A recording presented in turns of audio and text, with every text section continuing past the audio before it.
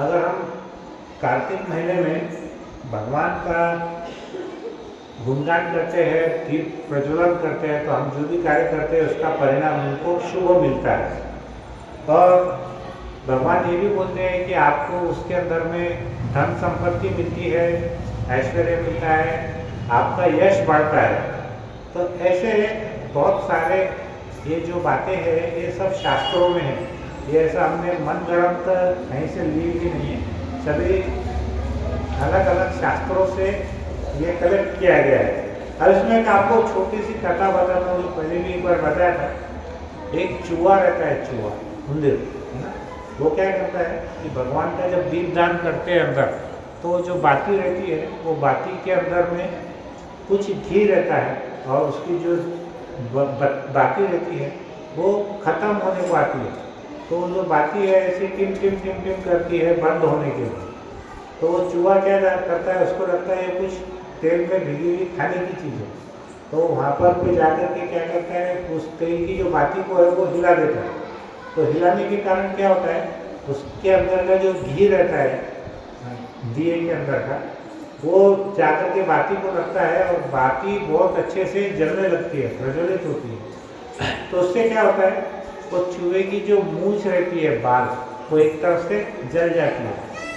लेकिन उसका फल ये मिलता है कि चूहा जब मृत्यु को प्राप्त करता है तो भगवान के वैकुंठ धाम में जाता है। तो अगर गलती से भी एक चूहे ने थोड़े से भगवान को दीप दान कर दिया तो उसको भगवान ने क्या किया, अपने वैकुंठ धाम में बुला लिया। तो अगर हमको मानव शरीर है और हम भगवान का दीप दान करेंगे तो हमको निश्चित ही भगवान भगवत धाम की जरूर प्राप्ति होगी।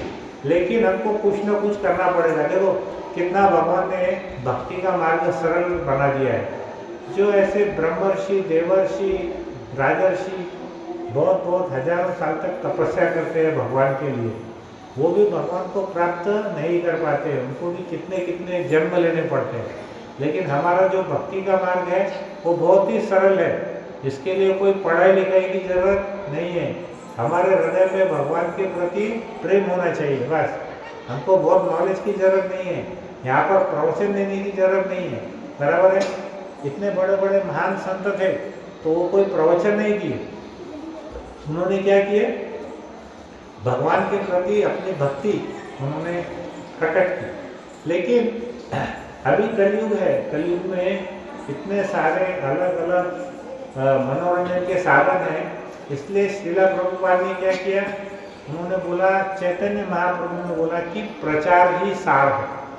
सबसे बड़ी सेवा भगवान की क्या बोला है, प्रचार करना। क्यों बोला है, क्योंकि हम अगर प्रचार नहीं करेंगे तो कोई सुनेगा भी नहीं, कोई अपने मन से भक्ति करने वाला नहीं है, इसलिए हमको प्रचार करने की आवश्यकता है, बराबर है। आजकल हमको देखो, हमारे घर में 100 किताबें हैं लेकिन उसको पढ़ता ही नहीं कोई। आप देखो बहुत कम लोग पढ़ते हैं, 5% लोग पढ़ते हैं। लेकिन 100 लोगों में से 90 लोग सुनने के लिए वो इंटरेस्टेड है, लेकिन पढ़ने के लिए 5 भी लोग इंटरेस्टेड नहीं है। तो इसलिए कलयुग के अंदर भगवान क्या बोलते हैं, चैतन्य महाप्रभु, प्रचार ही सार। सबसे बड़ा काम क्या है कलयुग में, श्रवण करना, कीर्तन करना। श्रवण मतलब कानों से सुनना, कीर्तन मतलब भगवान की महिमा बोलना। तो सबसे बड़े श्रवणकार कौन थे, परीक्षित महाराज, जिन्होंने पूरी भागवतम कथा 7 दिन तक बिना सोए, बिना प्रसाद लिए, बिना जल ग्रहण किए उन्होंने सुना। और सबसे बड़े कीर्तनकार कौन थे, सुखदेव गोस्वामी, जिन्होंने 7 दिन तक उन्होंने भी कथा का श्रवण किया। तो कथा का तब आनंदित होगा जब सुनने वाले उसके अंदर में बहुत इंटरेस्टेड रहेंगे, वो उसको सुनने में लालायित रहेंगे। इसके पश्चात हम ये देखेंगे कि हमको इस महीने में कुछ न कुछ संकल्प लेना चाहिए, छोटा मोटा कुछ भी संकल्प। जैसे मान के चलिए, अगर हम गादी पर सोते हैं तो हम जमीन पर सोने का, एक चटाई डालकर सोने का प्रयास करना चाहिए। यदि किसी को बाहर खाने की इच्छा है होटल में, तो जाकर के खाता है, तो उसने बाहर प्रसाद नहीं लेना चाहिए, घर का ही प्रसाद भगवान को ऑफर करके लेना चाहिए। और इसके अंदर में थोड़ी सी भी जो हम तपस्या करेंगे उसका आपको बहुत फल मिलेगा। लेकिन उसके लिए हमको क्या करना पड़ेगा, संकल्प लेना पड़ेगा। तो हमारे जो संकल्प है, भगवान के सामने हम संकल्प लेंगे कि देखो हमको प्रभु ये करना ही है। मान के चलो अभी कोई एक समय ही भोजन करता है, बराबर है, या कोई क्या करता है, फलाहारी करता है। तो कार्तिक महीना जो है, ये जो चतुर्मास का 4 महीनों का सबसे बड़ा पुण्य का जो महीना है वो कार्तिक महीना है। अगर हम 4 महीने नहीं कर सकते तो 1 महीने हम कुछ ना कुछ कोशिश करेंगे। मान के चलो किसी को मिठाई बहुत पसंद है, तो उसने संकल्प लेना है कि 1 महीना मिठाई नहीं खाएंगे। तो ये ऐसा कोई कंपल्सरी रूल नहीं है लोग, ये हमारे ऊपर में डिपेंड करता कि हम हमारी इंद्रियों को कितना हम नियंत्रित कर सकते हैं, उसके लिए ऐसा बताया गया है। हमारे आचार्य कहते हैं कि अगर कार्तिक महीने में हमने कोई व्रत नहीं किया या कोई नियम नहीं लिया, मतलब वो कैसा हो गया, जो पारस पत्थर है, जो पत्थर कैसा है, लोहे को सोना बना देता है, हम उस पत्थर को उठा के कचरे में फेंक रहे हैं उसके बराबर। मतलब हम सभी इतना भगवान ने जो हमको कार्तिक महीने के अंदर हमको जो छूट दिया है भगवान ने, हम उसका क्या कर रहे हैं, उसका तिरस्कार कर रहे हैं। तो इसलिए कुछ न कुछ हमको नाम जब, या फिर अगर हम कुछ छोड़ नहीं सकते तो कुछ चीज़ हम पकड़ सकते हैं। जैसे मान के चलिए हम जितनी माला कर रहे हैं, मान के चलिए कोई माता जी 8 माला कर रहे हैं, तो वो कोशिश करें उसको 16 माला करने की। जो 16 माला कर रहे हैं 16 पे भी रखे तो बहुत अच्छा है, लेकिन अगर 2 माला 1 माला और भी बढ़ा सकते हैं तो प्रयास करना चाहिए। तो क्या होता है, हमको कार्तिक महीने में कुछ न कुछ ऐसी तपस्या करनी चाहिए कि जिससे हम भगवान दामोदर को प्रसन्न कर सकते। मैंने पिछले बार में बोला था कि जैसे जो 4 युग है उसमें सबसे अच्छा बढ़िया युग कौन सा माना जाता है, सतयुग, है ना। सतयुग, त्रेता युग, द्वापर युग और कलयुग। तो सबसे अच्छा श्रेष्ठ युग है सतयुग। उसके बाद में शास्त्रों में जो सर्वोत्तम है वो है वेद, उसमें श्रीमद् भागवतम सबसे सर्वोत्तम माना गया है।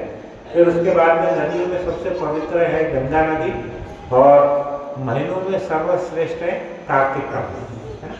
तो ये हमको देखना चाहिए। हम क्या करना है, अभी दामोदर अष्टकम हम जो करेंगे इस आज के प्रवचन के अंत में, तो उसके बारे में हमारे आचार्य और सभी वरिष्ठ भक्त कहते हैं कि इसको क्या करना चाहिए। हमको खुद तो करना ही चाहिए, लेकिन हमारे पास में और पड़ोसियों के यहाँ पर भी जाकर के हमको दीपदान करना चाहिए। तो उसके मुख से जो भी भगवान का नाम निकलेगा या उसका जो पुण्य उसको मिलने वाला है, तो जो साथ में कराएगा उसको भी कुछ न कुछ तो मिलने वाला है। जैसे आप देखे होंगे वो परफ्यूम की दुकान रहती है अत्तर की, बराबर है, वो क्या करता है, अत्तर ही बोलते हैं ना भाई, इत्र अत्तर, वो उसको क्या करता है दुकानदार, हमारे हाथ पे ऐसा ऐसा लगाता है, करेक्ट। तो हमारे हाथ में सुगंध आती है, लेकिन उसके भी हाथ में सुगंध आती है, बराबर है। वो तो खुद के लिए प्रयास नहीं करता, वो क्या करता है हमारे हाथ पे लगाता है, अरे सुनिए कर। लेकिन हम दूसरों के लिए कुछ अच्छा कार्य करेंगे तो उसकी खुशबू हमको भी आने लगेगी। तो जैसा प्रभु जी मेरे को बता रहे थे, देवपति प्रभु जी, उन्होंने ये इस बार चालू करने का उन्होंने कार्यक्रम किया है कि प्रत्येक घर में जा कर के, ज़्यादा नहीं, सिर्फ एक 20 मिनट या आधे घंटे में वहाँ पे जाएंगे और वहाँ पर दीपदान करेंगे। तो ये भी कैसा है, इत्र लगाने जैसा है, प्रभु जी दूसरों को भी सिखा रहे हैं। तो भगवान क्या करेंगे, जो एक कार्य कर रहा है उसको भी कृपा प्रदान करें, बराबर है। ये आसान कार्य नहीं है।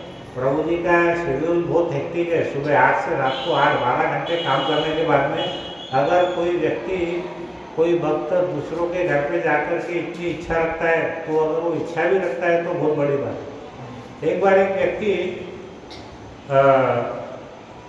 उसको ऐसी इच्छा हुई कि मैं माला करूँगा, जब माला करूँगा, तो उसने क्या किया, उसके नौकर को बोला कि जाओ भाई वो बाजार में से तुम वो भगवान की जो तुलसी माला है और एक वो जो उसके अंदर का जो बैग, बीड़ बैग है, लेकर के आओ। और जब तक वो जो नौकर था वो लेने आया, लेकर के आया, तब तक क्या मालूम पड़ा कि उसका जो मालिक है उसका अंत समय आ गया। तो वहाँ पर यमराज के जो यमदूत थे वो भी वहाँ पर खड़े हुए थे उसको ले जाने के लिए। लेकिन तभी क्या हुआ, यमराज का ऊपर से ऑर्डर आया कि अरे यमदूतों तुम वापस आ जाओ, इस व्यक्ति को तुम ले जा नहीं सकते। तो बोले क्यों नहीं ले जा सकते? क्योंकि इसने मन में इच्छा किया है भगवान के नाम की माला करने। तो सिर्फ अगर हम इच्छा भी प्रकट करते हैं भगवान का कार्य करने की, तो भगवान क्या करेंगे, हमको यमलोक से बचाएंगे। भगवान क्या करेंगे, उनके लोक में हमको लेकर के जाएंगे। तो अभी हमारे प्रभु जी और माता जी, कैलाश प्रभु जी की जितने भी मंठा के भक्त हैं, ये क्या कर रहे हैं, दूसरों के घर में जा रहे हैं। अब ये वास्तव में जाते हैं तो सोने में सुहागा है, बहुत अच्छी बात है। लेकिन इन्होंने अगर इच्छा भी प्रकट की है तो भी इनको भगवान क्या करेंगे, बहुत ही पुण्य लाभ देंगे। बराबर नहीं बोलिए? तो ये कोई मेरा बनाया हुआ नियम नहीं है, ये शास्त्रों में लिखा हुआ है कि अगर हम इच्छा भी प्रकट करते हैं, या आप मान के चलिए कोई प्रसाद यहाँ पे बना ले, आप घर में से सोच के आए कि चलो इस बार हमारे यहाँ पे जो सत्संग का प्रोग्राम है उसके अंदर हम थोड़ा प्रसाद घर से लेके जाएंगे। आपने प्रसाद नहीं भी लेके आया, लेकिन मन में विचार भी किया कि हमको प्रसाद बनाना है, तब भी भगवान आपको उसका फल प्रदान करने वाले हैं। तो भगवान इतने दयालु है, इतने कृपालु है कि भक्तों का केवल इच्छा करने से, प्राणी मात्र की केवल इच्छा करने से भी भगवान उसका फल देते हैं। बराबर। लेकिन हमको उसके बारे में सोचना तो पड़ेगा।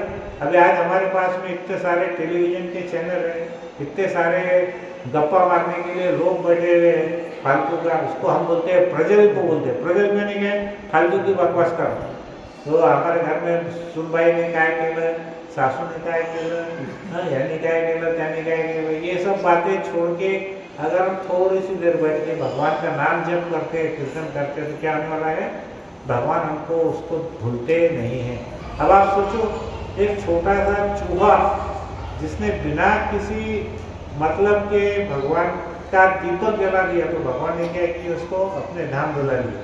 तो अगर हम भगवान की सेवा करते हैं, भगवान का नाम जप करते हैं, भगवान के लिए अगर कुछ कार्य करने का सोचते भी है, मान के चलो आपने सोचा और आपसे वो कार्य नहीं भी हुआ, तब भी भगवान क्या करने वाले, उसका जरूर से फल प्रदान करने वाले। लेकिन कम से कम हमको सोचने के लिए वैसा वातावरण चाहिए, हमको भक्तों का संग भी चाहिए। अगर हम कोई गलत जगह पे बैठे हैं तो हमको भगवान के बारे में कुछ ध्यान में आने वाला है क्या? हमको ध्यान में नहीं आने वाला। बराबर। तो हमको ये देखना है कि भगवान के बारे में कार्तिक के महीने में हम ज़्यादा से ज़्यादा किसी भी प्रकार से भगवान की सेवा करें। मैंने पिछले बार कहा था, एक बार फिर दोहराता हूँ, स्कंद पुराण में लिखा हुआ है कि मासानाम कार्तिक श्रेष्ठ देवानाम मधुसूदन तीर्थ नारायण आख्या ही श्री तय दुर्लभ कलहो। भगवान कहते हैं कि कलयुग के अंदर में 3 चीजें बहुत दुर्लभ है। क्या क्या चीजें दुर्लभ है? तो उन्होंने बोला कि एक तो कार्तिक का महीना, ये बहुत दुर्लभ है। उसके बाद उन्होंने बोला कि भगवान मधुसूदन जो सभी देवताओं में सभी इसमें श्रेष्ठ है, वो एक दुर्लभ है। और भगवान का जो तीर्थ का धाम है वो भी बहुत दुर्लभ है। तो उसमें से अगर हमको कार्तिक महीना घर में बैठे बैठे मिल रहा है तो हमें क्या करना चाहिए? जरूर से हमने भगवान का मंत्र जाप करना चाहिए। देखो, अगर हमको कुछ भी नहीं आता तो हम भगवान का नाम तो हम ले ही सकते हैं। हरे कृष्णा कृष्णा कृष्णा हरे हरे, हरे राम राम राम हरे हरे। एक बार क्या हुआ, नारद जी भगवान कृष्ण को मिलने के लिए गए उनके वैकुंठ धाम में, और 2 लोग धाम में एक्चुअली। तो वहाँ पर वो जब अंदर घुसे तो द्वारपाल ने उनका रास्ता रोक लिया, नारद जी को अंदर जाने से मना कर दिया। तो उन्होंने पूछा कि कारण क्या है? तो उन्होंने बोला कि हमारे जो प्रभु है भगवान कृष्ण, वो अभी आराधना कर रहे हैं। अरे नारद जी बोले कि पूरे ब्रह्मांड के जितने भी जीव है वो आपकी आराधना करते हैं। किसकी? भगवान कृष्ण की। तो भगवान कृष्ण किसकी आराधना कर रहे हैं? उसको बड़ा बहुत ही उसको आश्चर्य हुआ। वो सोचने लगा कि अरे भाई कैसा है। फिर भी उन्होंने बोला कि देखो भाई द्वारपाल, उनको मालूम नहीं है कि मैं कौन हूँ, मैं उनका खास सेवक हूँ, तुम ऐसा मुझे रोक नहीं सकते। तो द्वारपाल ने ठीक है उनकी बात सुन ली, अंदर जाने दिया। तो वहाँ देखा कि भगवान एक ऐसे झूले पे बैठे हुए थे और वो मन में ऐसा ध्यान लगाकर बैठे हुए थे। तो उसके पश्चात वहाँ पर भगवान एक आराधना पर लीन थे और वहाँ पर उन्होंने बहुत सारी छोटी छोटी ऐसी फोटो लगाई हुई थी, प्रतिमाएं। किसकी लगाई थी? वो गोप बालक की, गोपियों की, जितने भी भक्त थे वृंदावन के, उनकी उन्होंने छोटी छोटी फोटो रख के रखे। तो नारद जी ने बोला, प्रभु आप ही त्रिलोक के स्वामी हैं, पूरे त्रिलोक आपकी आराधना करता है और आप किसकी आराधना करते हैं? तो श्री कृष्ण ने बोला, बताओ नारद, तुम बताओ कि मेरी भक्त जैसे भक्त मेरी उपासना करते हैं, मैं भी भक्तों की उपासना करता हूँ। हाँ, जैसे भगवान क्या क्या करते हैं, जैसे भक्त भगवान को प्रार्थना करते हैं, उनकी उपासना करते हैं, भगवान भी भक्तों की उपासना करते हैं। तो उन्होंने एक प्रश्न पूछा नारद से कि देखो आप मेरे को ये बताओ कि जो मेरे भक्त है वो मेरी उपासना या आराधना क्यों करते हैं? तो नारद जी ने बोला, प्रभु वो वास्तव में आपसे प्रेम चाहते हैं। क्या चाहते हैं? प्रेम।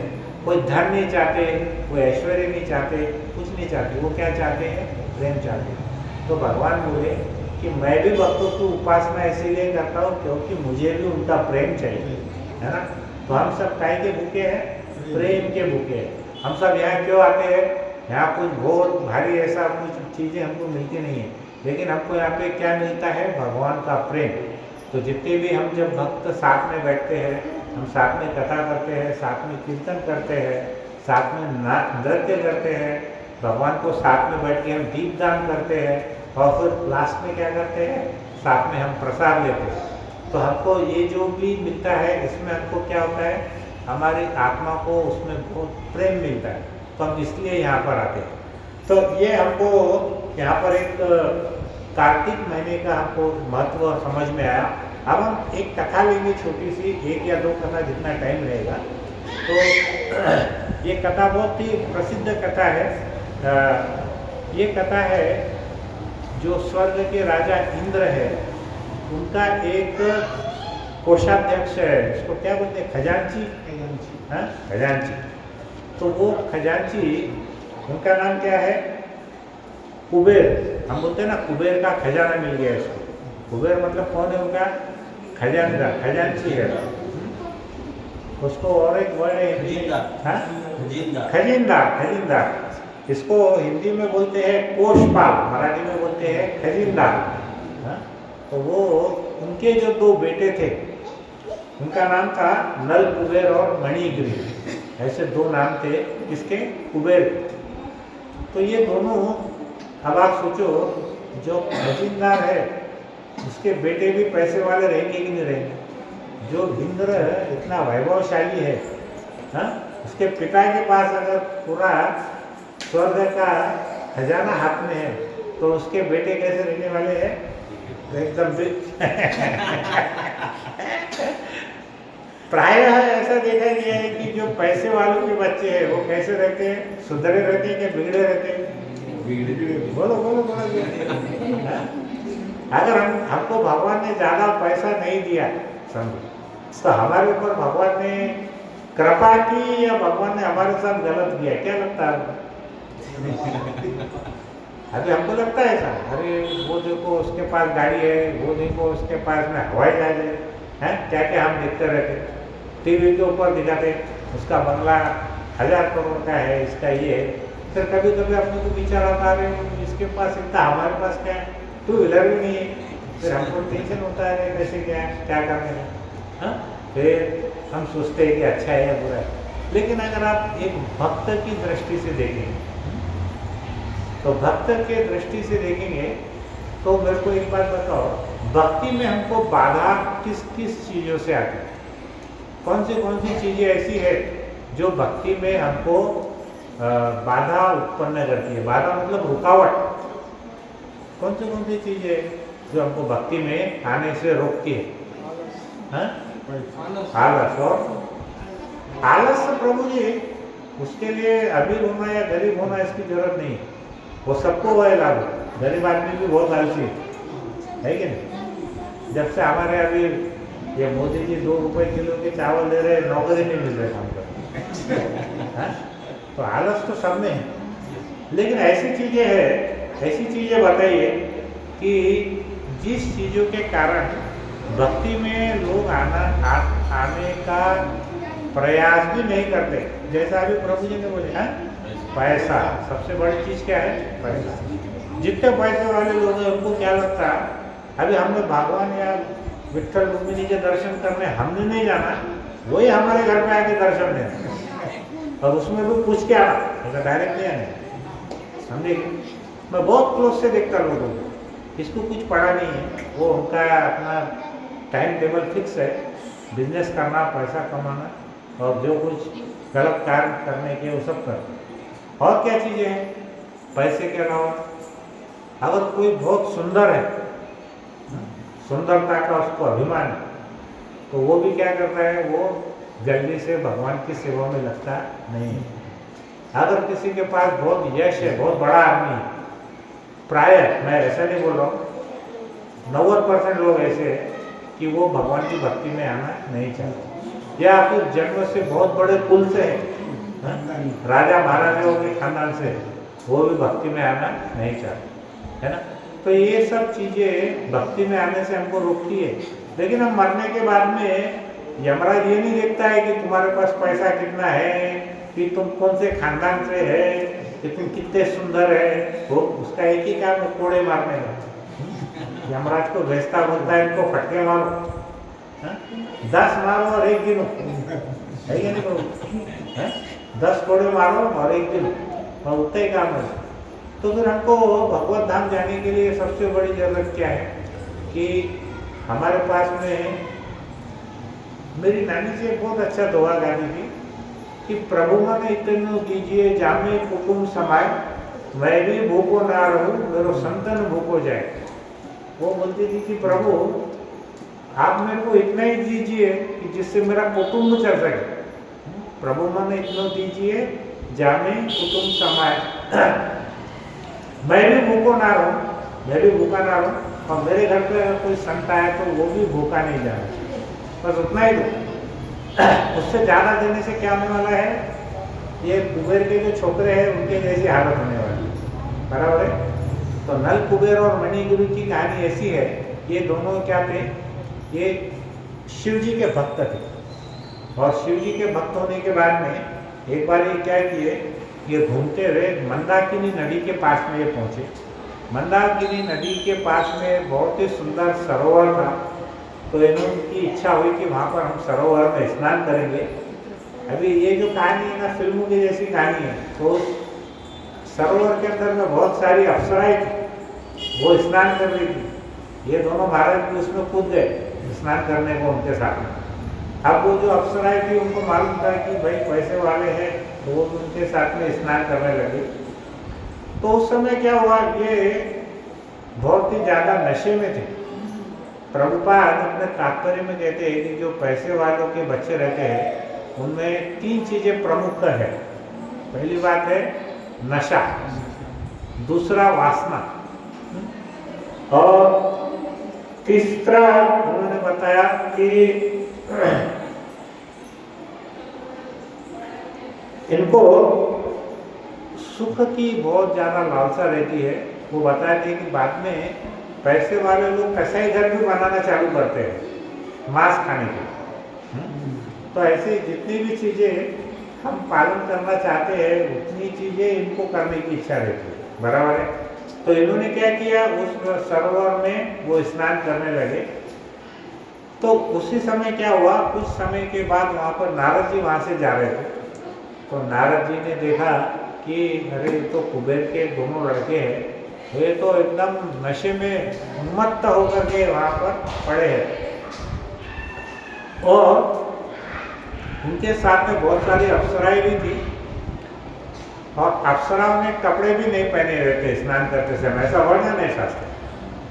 तो लेकिन जो अप्सराएं थी वो इतनी नशे में नहीं थी, तो उन्होंने जैसे ही नारद जी को देखा वो तुरंत शर्मा करके वहाँ से कपड़े पहन करके चली गई। लेकिन ये जो दोनों थे नलकुबेर और मणिग्रीव, ये दोनों क्या किए, ये वहीं पर स्नान करते रहे। उनको कुछ ध्यान में भी नहीं था कि कोई इतने महान व्यक्ति वहाँ से, नारद जी इतने बड़े मुनि वहाँ से आ रहे हैं, नारद मुनि, तो वो उन्होंने कुछ देखा नहीं।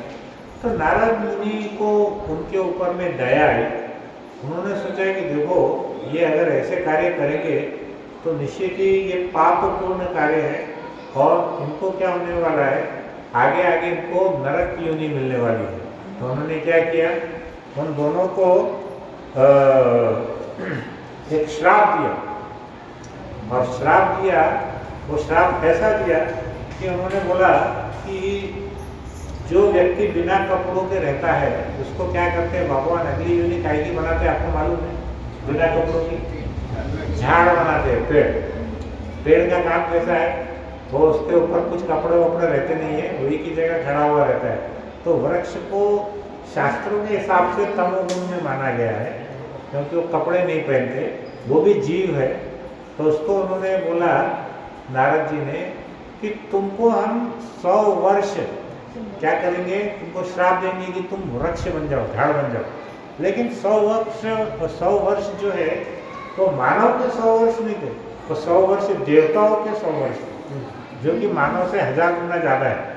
तो देवताओं के 100 वर्ष का उन्होंने श्राप दिया। फिर वो दोनों गिड़गिड़ाने लगे। तो उन्होंने बोला कोई बात नहीं, वो बोले इसका हमको मुक्ति का उपाय बताओ प्रभु, हमसे बहुत भारी गलती हुई। अभी कुछ लोग कैसे रहते हैं, उनको जब तक लात नहीं मारे उनको अकल नहीं आती, बराबर है। अभी जैसा अभी एक आदमी है, उसको मालूम है हमारे कानून में लिखा है चोरी करे तो सजा मिले, लेकिन उसके भेजे में जाता नहीं, वो चोरी करता है।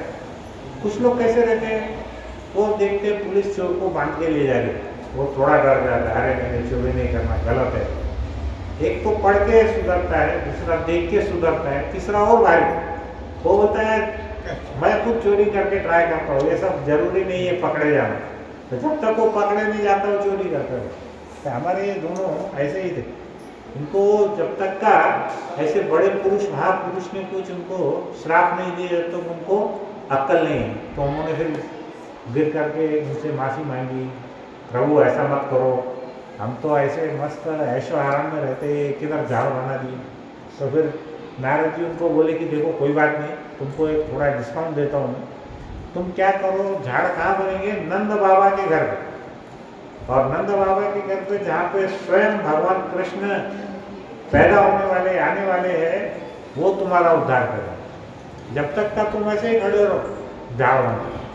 तो दोनों ठीक है करके, उनको तो कोई दूसरा वो पर्याय नहीं था, तो वो वहाँ पर खड़े हो गए। अब हमने पिछली कथा में सुने थे, आपको याद है कि कृष्ण भगवान यशोदा मैया उनके पीछे लकड़ी लेके घूम रही है और उन्होंने मटका फोड़ दिए थे उसका दही का, पूरा दही नीचे गिर गया था। और वो क्या करने लगे, अपने जितने भी दोस्त थे बंदर, उनको बंदरों को देने लगे वो दही मक्खन सब खाओ खाओ करके।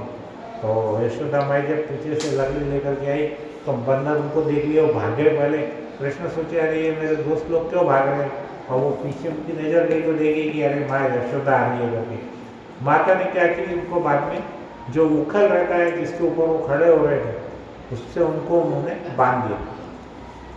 अब बांधने के बाद में क्या हुआ कि उसके बाद कि कृष्ण ऐसे खूब रोने लग गए, उनके आंखों का जो काजल है उनके गाल पे लग गया और जोर जोर से भयभीत हो गए। तो जितने हमारे आचार्य हैं वो बोलते हैं कि जिससे काल स्वयं भयभीत होता है वो किससे भयभीत हो जाते हैं, अपनी माता से भयभीत हो जाते हैं, बराबर है। तो और गोपियाँ क्या करती है, उनको छाछ के लिए उनको नचाने लगती है, छाछ नहीं करके तो नाचने लगते हैं। जिसके सेवा में लाखों लक्ष्मियाँ रहती है, वो क्या कहते हैं, भक्त के प्रेम में एक छाछ के ऊपर में नाचने लगते हैं भगवान, है कि? तो ऐसा उन्होंने बताया यहाँ पर।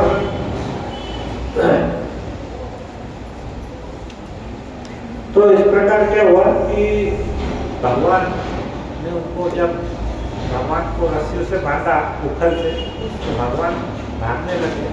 और भागते भागते ये जो दो झाड़ थे, उस झाड़ का नाम है यमलार्जुन। क्या नाम है? यमलार्जुन। तो दोनों के बीच से जब भगवान भाग रहे थे तो वो तो निकल गए, लेकिन जो उखल था आड़ा, वो क्या हुआ, दोनों झाड़ों के बीच में फंस गए। हाँ? फिर भगवान ने क्या किया, उसको एक जोर से झटका दिया, और झटका देने के बाद में क्या हुआ, वो जो दोनों झाड़ थे वो नीचे गिर गए।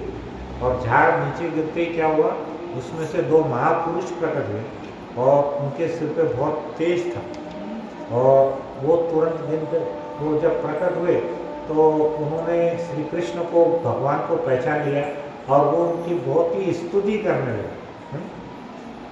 हम देखते हैं कभी कभी पॉलिटिक्स में जो अपोजिशन पार्टी का आदमी रहता है, वो जब उसकी सत्ता रहती है ना तो बहुत मज़े करता है, लेकिन जब वो हार जाता है और दूसरी पार्टी आती है तो उसको उठा करके जेल में डालते हैं। फिर वो क्या करता है, जो आगे का मुख्यमंत्री है उसकी बहुत प्रशंसा करता है कि तुम बहुत अच्छे हैं। ये आप उत्तर प्रदेश की राजनीति में देखोगे, ऐसा बहुत हुआ। जो पहले दूसरी सत्ता में थे वो उनके घर पे पुलिस अधिकारी आते थे उसके भय ढूंढने के लिए, बाद में उसको ही हमारे मुख्यमंत्री ने जेल में डाल दिया, फिर उसको जेल में बहुत सजा मिल गई। अब वो बोलने लगा कि यही मुख्यमंत्री सबसे अच्छा है पूरे भारतवर्ष। तो ये भी क्या है कि हमारे दोनों मणि नल कुबेर और मणिगिरी ये भगवान की स्तुति करने लगे कि भगवान आप सभी जीवों के अंदर के परमात्मा हैं, सब सारे लोग आपके अधीन कार्य कर रहे हैं, चाहे वो तमोगुण में हो, सतोगुण में हो या रजोगुण में हो, और आपको माया प्रभावित नहीं कर सकती, आप स्वयं परमेश्वर है। ऐसा करके वो क्या करते हैं, भगवान की बहुत ही प्रशंसा करते हैं, स्तुति करते हैं। तो भगवान क्या करते हैं, उनको प्रसन्न होकर के उनको बोलते हैं कि देखो आप बहुत भाग्यशाली है। क्यों भाग्यशाली है? कि स्वयं नारद ने आपको दर्शन दिए। देखो नारद से ऊंचा पद है, भगवान का बहुत ऊंचा पद है, लेकिन जो असली भक्त है वो क्या करता है, कभी भी खुद की प्रशंसा नहीं करता, वो क्या करता है, अपने भक्तों की प्रशंसा करता है।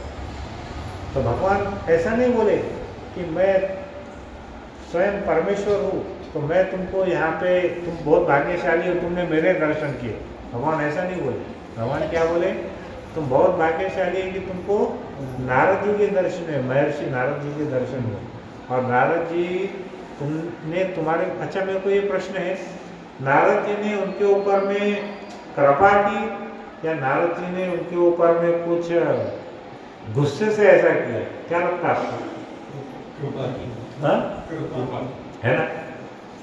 जो बड़े बड़े आचार्य हैं उनका जो श्राप है वो भी कैसा है, वरदान के समान है। और हमारे भौतिक जगत में बहुत सारे ऐसे भी लोग हैं जिनका वरदान भी श्राप के समान है। बराबर है, क्योंकि मुंह में एक बात रहती है, हृदय में दूसरी बात रहती है, और मस्तिष्क में तीसरी बात रहती है। हमारे जो कलयुग का मानव है ना, उसके 3 अलग अलग रूप है।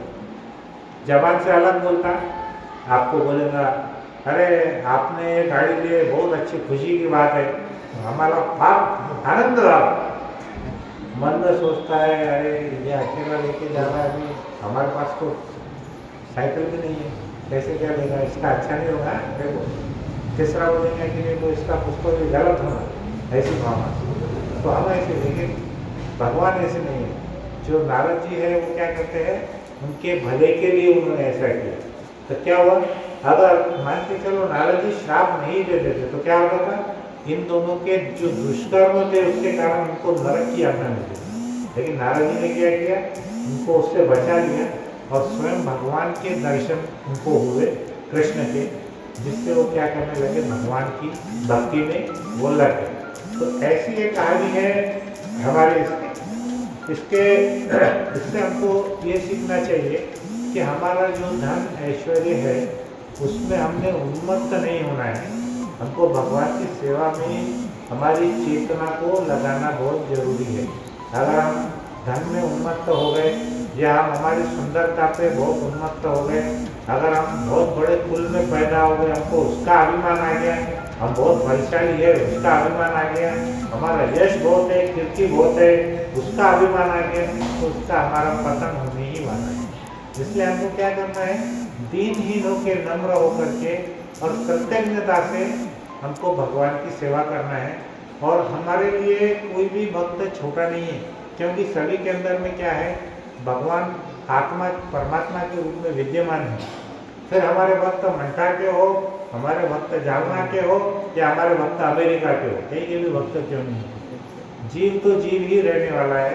उसके अंदर हमने भगवान विराजमान है, उस परमात्मा का ध्यान करके हम हमारे साथ में भक्तों का संग हमने लेना है और हमारा कार्य हमने करना है। अब एक बहुत ही सुंदर कहानी है, मैं वो भी बताता हूँ। अभी कल के दिन राधा कुंड का आविर्भाव दिवस है, राधा कुंड। अभी देखिए,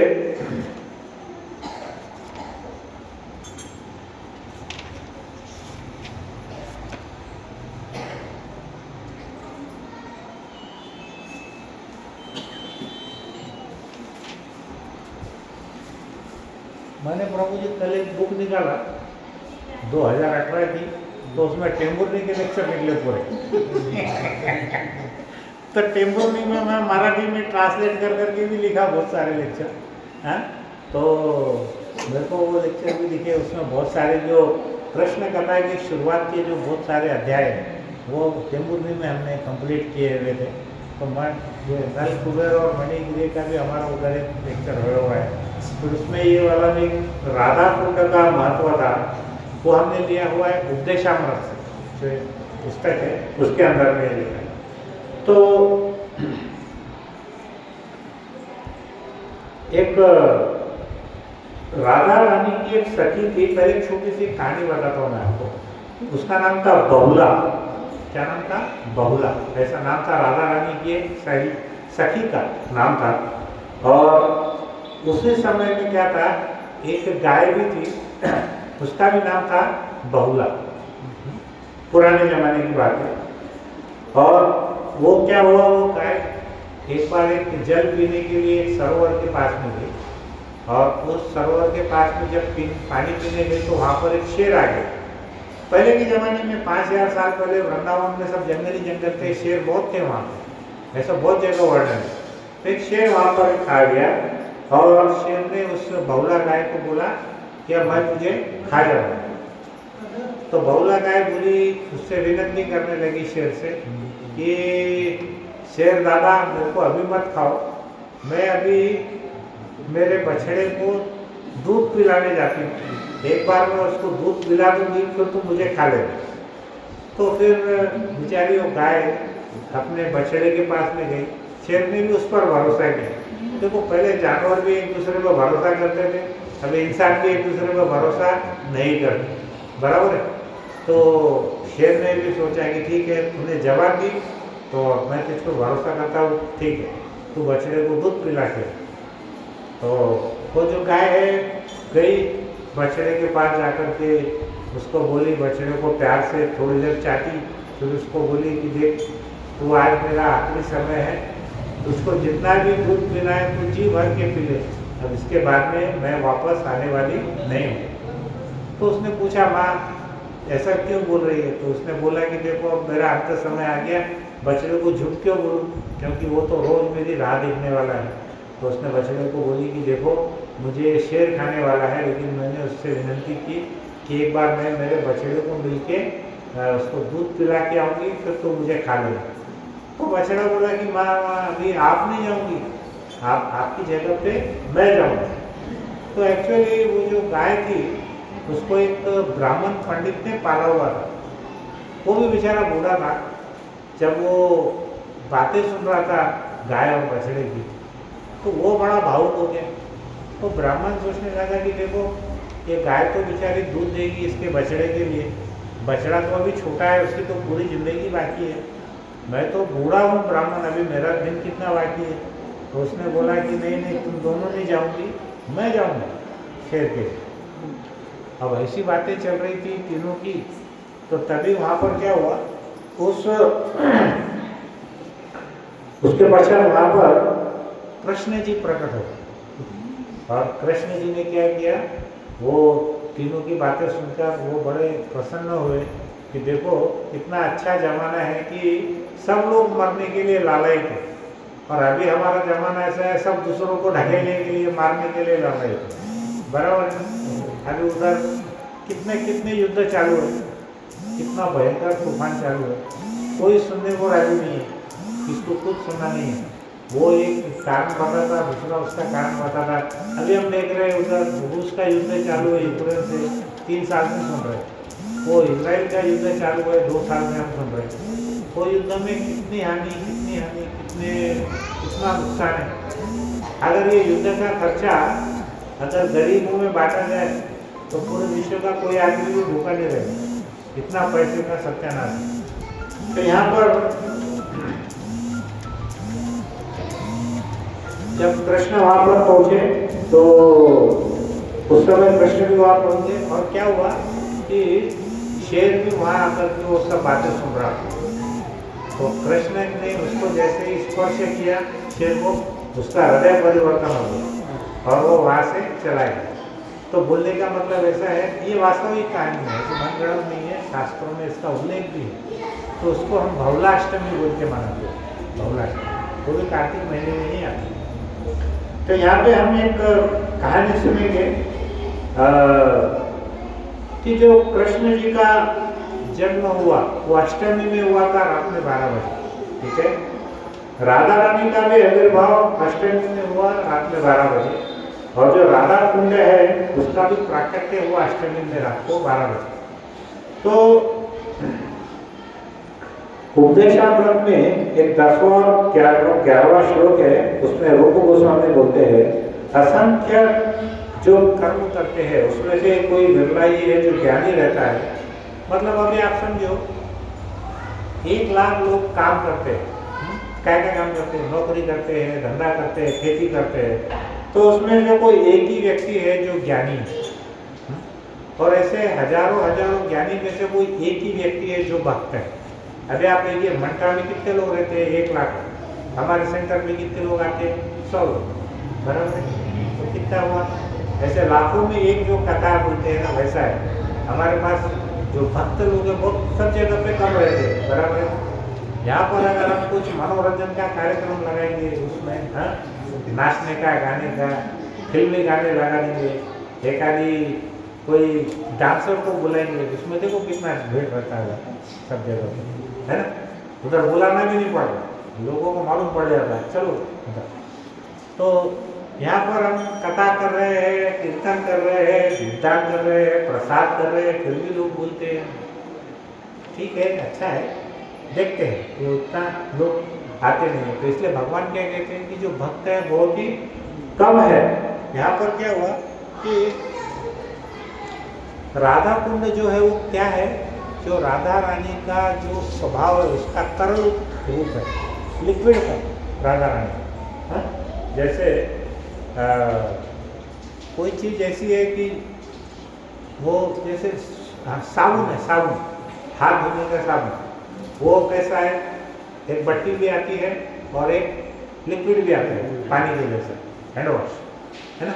तो वैसे यहाँ पे ये जो राधा कुंड है वो कैसा है, भगवान का लिक्विड फॉर्म है, वो तरल रूप है भगवान राधा रानी। यहाँ पर क्या हुआ कि एक कहानी ऐसी है कि एक अरिष्टासुर नाम का एक बैल था। क्या नाम था, अरिष्टासुर। और वो जो बैल था उसका वर्णन है शास्त्र में, वो इतना बड़ा था कि उसकी जो पीठ थी वो बादल को स्पर्श करता था। कितना, इतना ऊंचा था, बादल को स्पर्श करता था। और वो जब एक बार वृंदावन में प्रवेश किया तो उसने जोर से गर्जना किया, तो उसमें इतना जोर से आवाज हुआ कि जो महिलाएं गर्भवती थी उनका गर्भपात हो गया उसकी चिल्लाहट से। वो इतना खूंखार भयानक बैल था। तो सभी वृंदावनवासी उससे बहुत डरे हुए थे। वो बहुत ही गर्जना के साथ अंदर घुसा और वो एक असुरी था। तो भगवान कृष्ण बालक के रूप में थे, वो अपने एक दोस्त के साथ में ऐसे कंधे पे हाथ रख के खड़े थे। और जैसे ही वो सामने से आया तो सब गोप और गोपियाँ तो डर गए थे, लेकिन जितने भगवान के मित्र थे गोप बालक, उनको विश्वास था कि कृष्ण किसी के भी साथ कुछ भी कर सकते, वो किसी से डरते नहीं। तो कृष्ण ने क्या किया, जैसे ही वो आया वहाँ पर तो उसको ललकारा, और उसको उन्होंने क्या किया, जैसे ही सामने से आया कृष्ण ने उसके सींग पकड़े और उसको 15 से 20 बार ऐसा गोल गोल घुमाया और उसको उठा करके फेंक दिया। और फेंकने के बाद ही क्या हुआ कि उसके प्राण निकल गए, वो उसको मृत्यु हुई। उसने मलमूत्र भी त्याग दिया और उसका बहुत सारा जो खून है वो भी बाहर निकल गया। तो भगवान ने क्या किया, अरिष्टासुर का वध किया था। सारे देवी देवता तो बहुत प्रसन्न हो गए थे, लेकिन जो राधा रानी थी वो प्रसन्न नहीं थी। राधा रानी उन पे नाराज थी। तो कृष्ण वहाँ गए। अब वो दोनों छोटे छोटे बच्चे ही है दोनों। तो वो कृष्ण को लगा कि देखो मैंने इतने बड़े असुर को मारा है बैल के रूप में, तो उनको लगा कि देखो जितनी ये राधा और गोपियाँ है ये सब मेरी बहुत प्रशंसा करेंगी, अरे कृष्ण कितना किया कितना किया। जैसे ही वो राधा के पास गए, राधा बोले अरे हटो दूर रहो, तुम इधर नजदीक नहीं आना। कृष्ण बोले अरे क्या हुआ, दूर क्यों रहना है, क्या बात है। बोले देखो तुमने अभी क्या की है, तुमने अभी हत्या की है। किसकी? गौवंश की हत्या की है।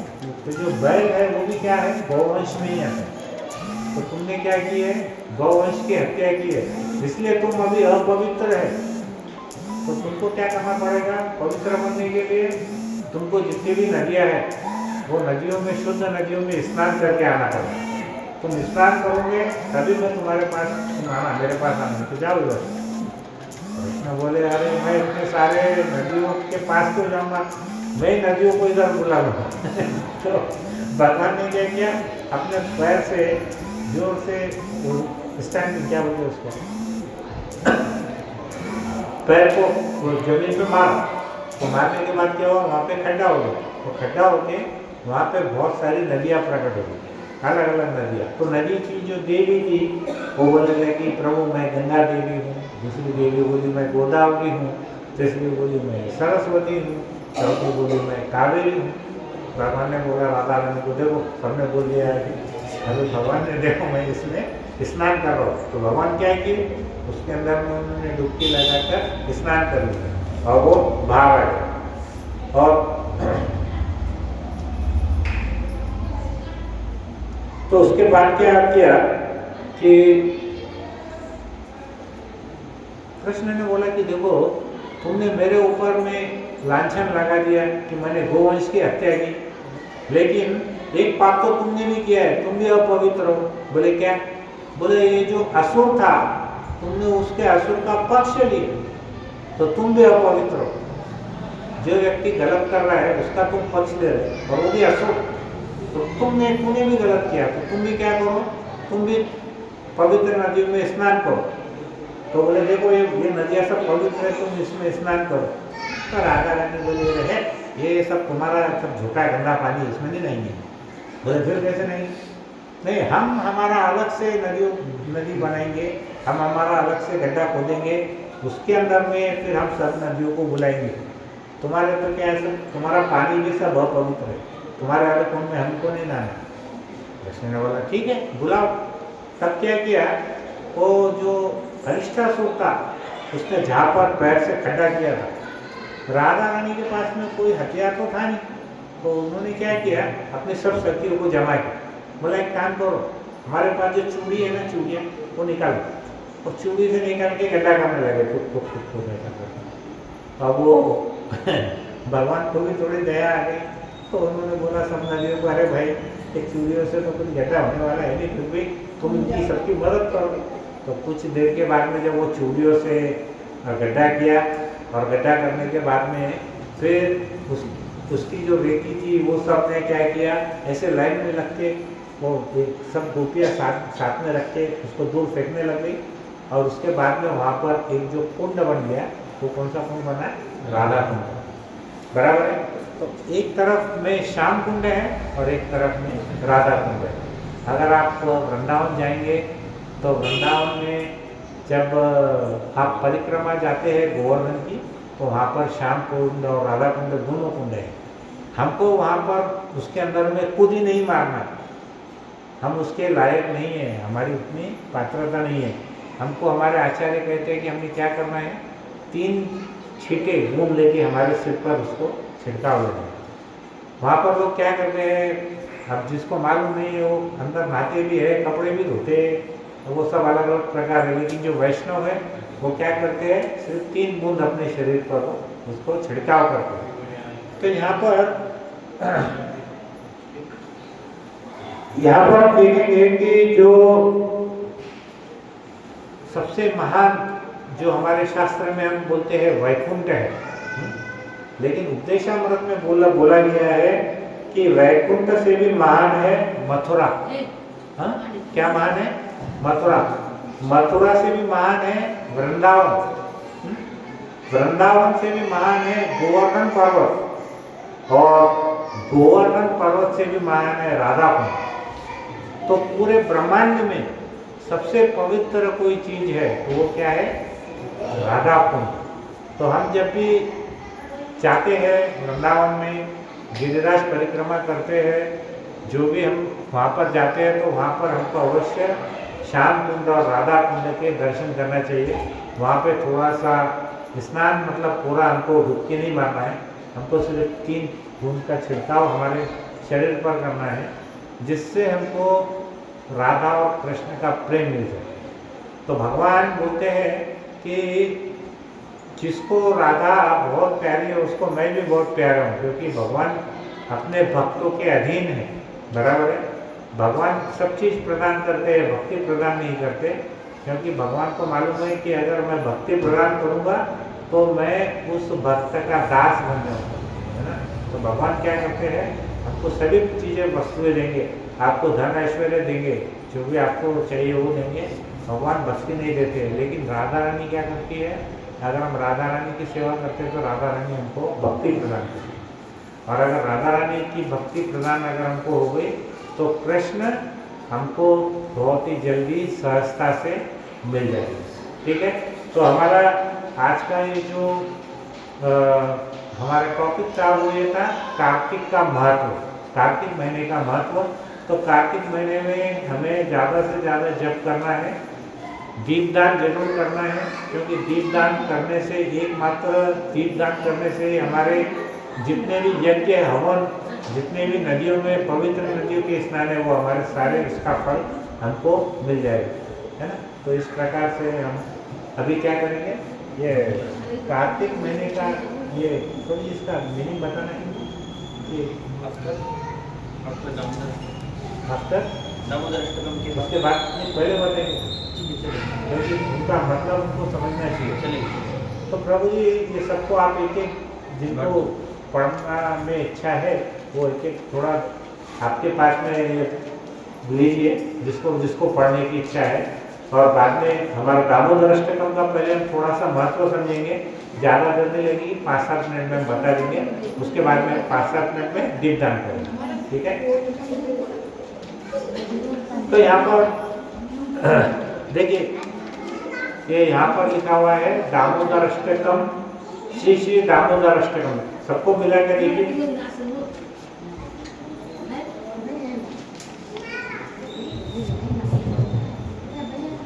यहाँ पर श्री श्री दामोदर अष्टकम लिखा है।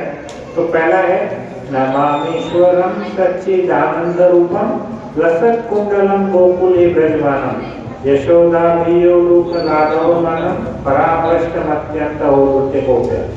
तो यहाँ पर भगवान बताते हैं, यहाँ पर ये जो दामोदर अष्टकम है ये सत्यव्रत मुनि ने लिखा है। सत्यव्रत मुनि बहुत बड़े मुनि आचार्य हुए हैं। वो बोलते हैं कि जिनके गालों पर, कपोल यानी गाल, मतलब भगवान के गालों पर लटकते जो कुंडल है वो लटक रहे हैं, और जो गोकुल के चिन्मय धाम में परम शोभायमान है। गोकुल कैसा है? चिन्मय धाम है, जहाँ पर किसी को कुछ भी चिंता नहीं है। सभी जो सजीव चीज है वो तो है ही है, जो निर्जीव चीज है वो भी बात करती है। वहाँ के जो दिए है वो भी बात करते हैं, वहाँ के फूल भी बात करते हैं। जो दूध की हाथी तोड़ने के कारण माँ यशोदा से भयभीत होकर उखल के ऊपर से कूदकर अत्यंत वेग से दौड़ रहे हैं। हमने क्या देखा कि माँ यशोदा उनको उखल से बांध देती है, कृष्ण भाग रहे हैं और माँ यशोदा उनके पीछे छड़ी लेकर के भाग रही है। जिन्हें माँ यशोदा ने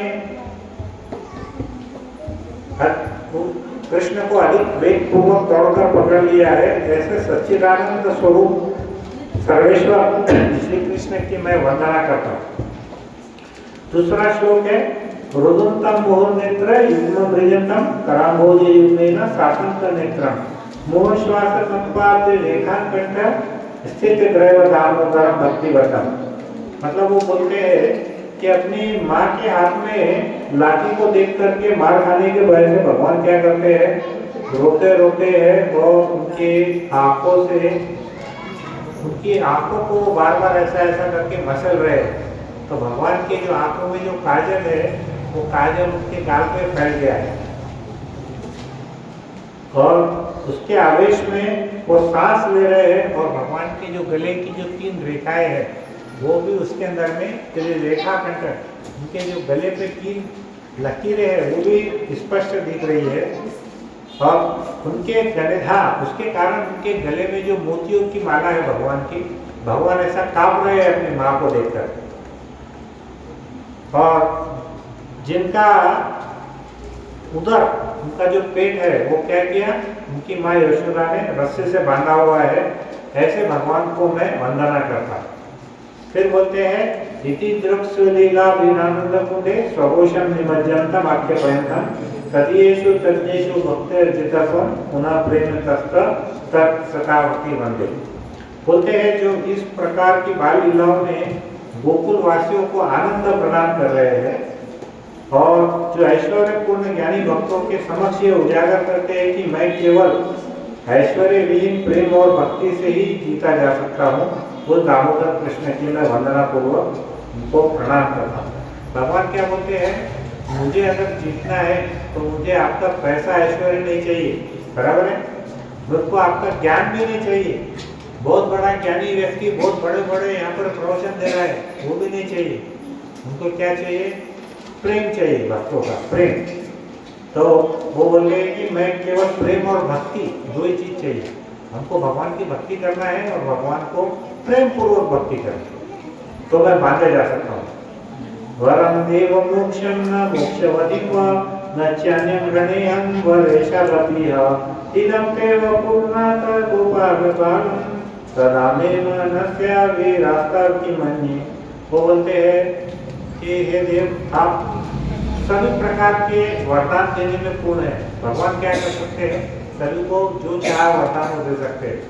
शिव जी मोक्ष का वरदान दे सकते हैं, कोई भी कृष्ण को छोड़कर भगवान धाम में जाने का वरदान और कोई देवी देवता नहीं दे सकते, बराबर है।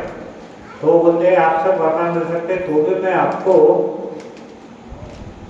मोक्ष की चरम सीमा रूपी वैकुंठ आदि लोग भी नहीं चाहता, भक्त को वैकुंठ लोग भी नहीं चाहिए, नहीं अन्य कोई नवदा भक्ति के द्वारा वस्तु मैं वरदान चाहता हूँ। हे नाथ, मैं तो केवल एक ही वर चाहता हूँ कि आपका ये बाल गोपाल रूप मेरे हृदय में सदा सदा के लिए विराजमान रहे। वो क्या बोलते हैं, आप बचपन में जितने सुंदर दिखते हैं वही वाला रूप मेरे हृदय में रहे, बस यही वरदान दो मुझे, और कुछ नहीं चाहिए, मुझे अन्य दूसरे वरदानों की कोई जरूरत नहीं है। तो शुद्ध भक्त क्या करते हैं, भगवान से उनको वैकुंठ भी नहीं चाहिए, उनको किसी भी प्रकार का धन ऐश्वर्य भी नहीं चाहिए। वो क्या बोलते हैं, आपका ये जो सुंदर रूप है भगवान का बाल गोपाल रूप, वो रूप मेरे हृदय में हमेशा अंदर विराजमान रहे, ऐसा है। नमो देव दामोदर अनंत विष्णु प्रसिद्ध प्रभो दुख जालाभिमग्न कृपा दृष्टि दृष्टाति दीनवतान् ग्रहणे क्षमामन्यं मेदशि दृश्यम्।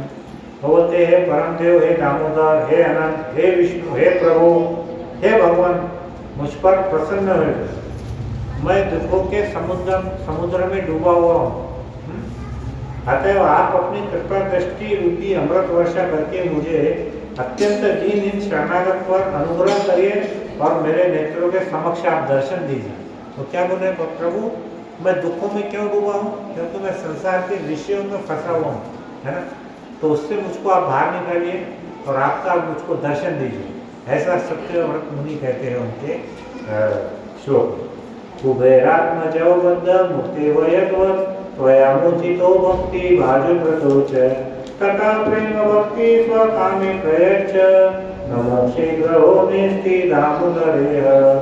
हे दामोदर, जिस प्रकार आपने दामोदर रूप में उखल में बंधे रहकर भी नल कुबेर और मणिग्रीव नामक कुबेर के दोनों पुत्रों को नारद मुनि के श्राप से मुक्त करके अपनी भक्ति प्रदान की थी, उसी प्रकार मुझे भी आप अपनी प्रेम भक्ति प्रदान कीजिए। देखो अभी हमने जो नल कुबेर और मणिग्रीव का जो कहानी बताया, उसके कारण ये जो श्लोक है, ये श्लोक उसके बारे में बताता है कि जैसे आपने जो लोग अति उन्मत्त थे, जो बहुत पैसे वाले थे, जिनको बहुत घमंड था, उसको भी आपने क्या किया, नल कुबेर और मणिग्रीव को नारद जी के श्राप से आपने मुक्त किया।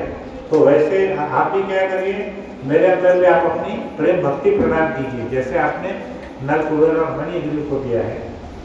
यही मेरा एकमात्र आग्रह है। किसी अन्य प्रकार के मोक्ष की मेरी कहीं भी आशा नहीं है, मुझको और किसी भी प्रकार का कुछ भी मोक्ष नहीं चाहिए। अभी आखिरी बचा है, नमस्ते स्तुताम्ने स्वोदितिनाम्ने त्वदीयोदायात विश्वस्य धाम्ने नमो राधिकाय त्वदीय प्रियाय नमो अनंतलीलाय देवाय तुभ्यं। वो बोलते हैं, हे दामोदर, आपके उदर को, उदर यानी पेट को बांधने वाली महान रस्सी को प्रणाम है। वो बोलते हैं आपकी जो रस्सी है उसको भी प्रणाम। निखिल ब्रह्म तेज के आश्रय और संपूर्ण विश्व के आधार स्वरूप आपके उदर को भी नमस्कार है। आपकी प्रियतमा श्री राधा रानी के चरणों में मेरा बारंबार प्रणाम है। हे अनंत लीला विलास करने वाले भगवान, मैं आपको भी सैकड़ों प्रणाम अर्पित करता हूँ। तो ये जो भक्त है, भगवान की किस प्रकार से प्रार्थना करते हैं, किस प्रकार से स्तुति करते हैं, वो इसके बारे में ये जो हमारा ये दामोदर अष्टकम है, ये हम अभी दीपदान करेंगे और प्रभु जी, देवपति प्रभु, कैलाश प्रभु उसको गाएंगे, नरेश प्रभु और बाकी सभी लोग हम क्या करेंगे, करताल और मृदंग बजाएंगे। तो सभी लोगों से प्रार्थना है सभी लोग अभी भगवान के दामोदर अष्टकम गाएंगे। हरे कृष्णा।